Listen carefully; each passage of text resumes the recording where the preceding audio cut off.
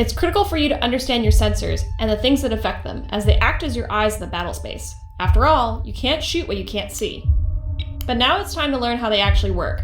How to evade detection while spotting the enemy, and how to fool your opponent is absolutely paramount to a successful engagement. Let's select the ANS Small Beginnings. Receiving. The first thing we'll talk about is your signature size and methods of signature control. Active sensors like radar detect enemy ships by bouncing radio waves off of them. The physical size of your ship, combined with the angle of surface and the cross-sectional area from the viewing angle, affect the size of the return energy. In other words, the same ship will appear on sensors at a longer range if its broadside is facing the enemy versus being bow on. The smallest radar cross-section for the Rains frigate, for example, is from above and below the port and starboard stern. You can see the size of your signature by hovering over the signature summary on the ship information bar. There are other contributing factors to the size of your signature, including what modules are active and how many ships are nearby. Right now there is another ship nearby, which is boosting the size of the radar return and making it so the enemy can see us at a longer range. Let's lower our footprint. Move the Small Beginnings more than 250 meters away from the Dusty Tome, so you won't contribute to each other's signatures. Don't move towards the enemy, we want to keep our current range.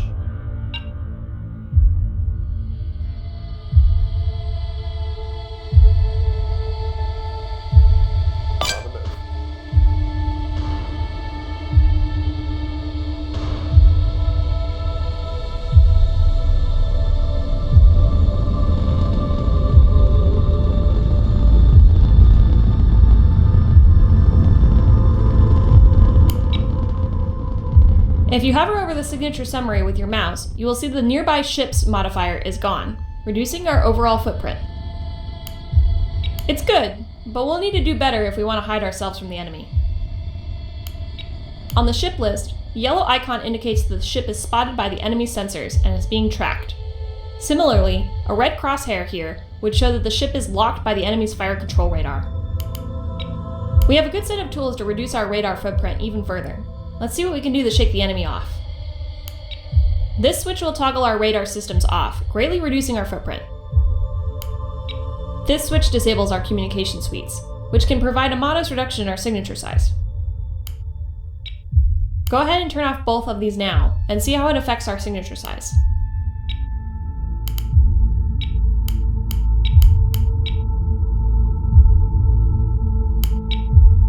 You may be surprised to see that even with your radars off, you are still seeing tracks. This is because the ANS Dusty Tome still has the radars and comms on, and is transmitting tracks to the Small Beginnings, sharing their own data.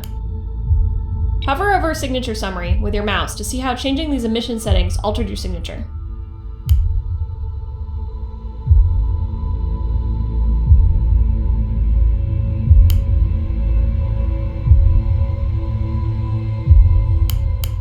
If you didn't move too close to the enemy, you'll notice that the yellow icon indicating the ship is being tracked has disappeared. If you are still being tracked, it might be because your hull is at an angle that maximizes radar reflections. Even then, a lower signature size reduces the distance at which the enemy can detect you, even if you are well inside their maximum sensor range. Disabling emissions also has the added benefit of making you undetectable by passive sensors. Passive radar sensing is typically able to detect you 125% further away from your maximum radar range, so being invisible to it has an obvious benefit. The downside, of course, is that turning off your radars means you can't detect threats as easily. Similarly, disabling comms means that the ship is no longer transmitting any tracks it sees to friendly ships in the fleet. Ships with their comms off will still be able to receive tracks from other transmitting ships, so they can act as a silent shooter. Go ahead and re-enable both the radar and the communications on the Small Beginnings. Now it's time to experience what having your sensors jammed feels like. Looks like we're confusing, right? The enemy jammer is saturating our radar with radio waves, making it difficult for our systems to find legitimate contacts. This noise of contacts is what we are seeing, instead of the real radar picture. Notice that we lost track of the ship in front of us, but the one on the right is still clear as day. This is because jamming only affects the area around the direction that is being jammed. Keep this in mind when you're trying to use jamming to protect your own ships. We do have a tool available that can be used in a pinch, the burn-through sweep. Not all radar modules have this, but allows for a short, high-powered sweep in all directions. To execute the burn-through sweep, open the action menu and select the BRN or burn-through command on the top. Then, as quickly as you can, attempt to lock the target. You can use the X key for the lock-on shortcut. Understood. Locking them up. Enemy E-ward detected. Burn-through sweeps will show a unique icon for detected targets, making it easier to spot the target through the noise. The icon will linger for about 30 seconds to give you time to lock on. Locked targets are much less susceptible to being lost through jamming.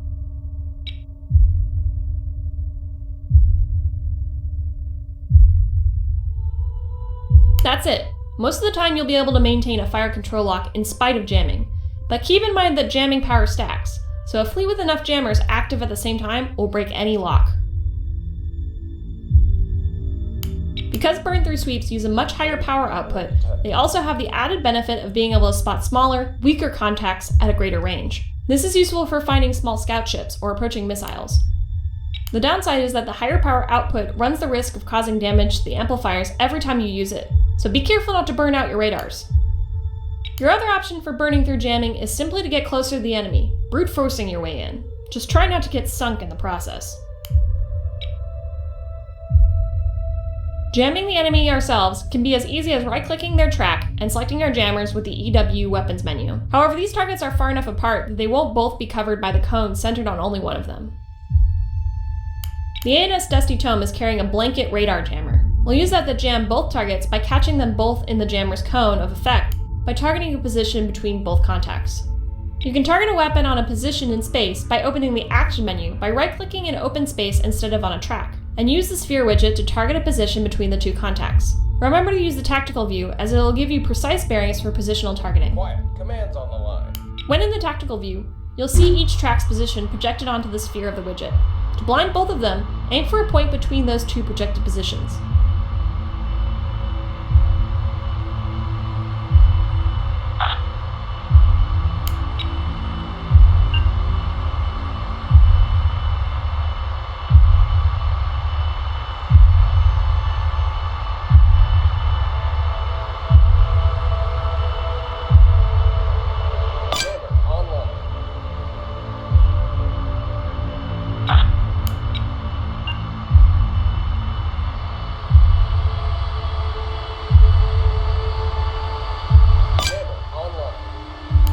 Remember that you can change the radius of the widget by holding left control and drawing the radius in or out. And like that, they can't see us anymore, just like what happened to us. But they can also use the same tactics like burn-throughs or approaching us to sift through the jamming. While jamming power is additive, it is not linear. The more jamming signals that are present in an area, the more they begin to create destructive interference and cancel each other out. Think of it like diminishing returns.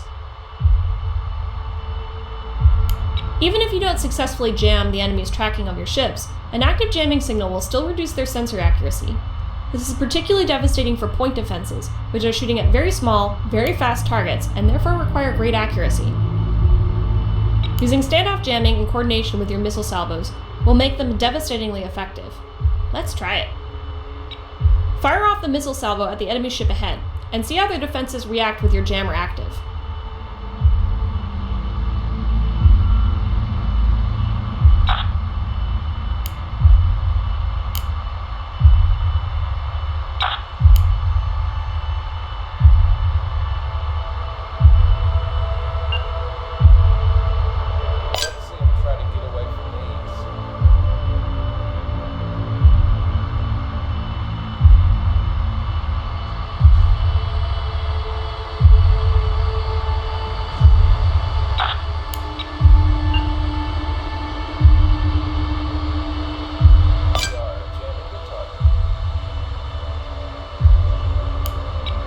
Watch how erratically the enemy defenses are firing.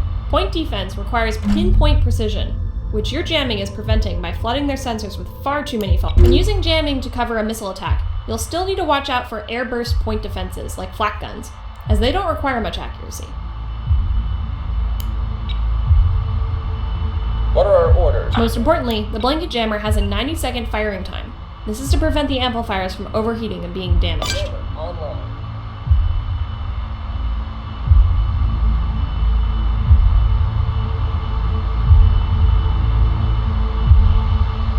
However, there are times where you absolutely have to be able to use the system, or you'll lose the ship. In that case, you might not care whether the module destroys itself. This is what Battle Short is for. Select the ANS Dusty Tome if it isn't already. This is the toggle for the Battle Short mode. When this is on, all equipment safeties are disabled, and the equipment will continue to run until it destroys itself. When Battle Short is enabled, active components with active duration timers will periodically be damaged. However, they will only begin taking damage when they exceed their normal firing time.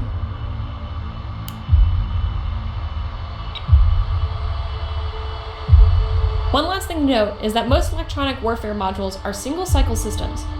That means they won't repeatedly fire on the same target after their cooldown period, and they'll need to designate a new target every time the system comes off cooldown. Jamming is an extremely powerful tactic when used at the right time.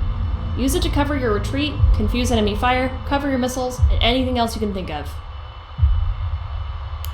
With that out of the way, that should do it for sensors and E-War. I hope I made it easy to follow, because the guidebooks on these are nightmarish. I'll see you back at the Academy.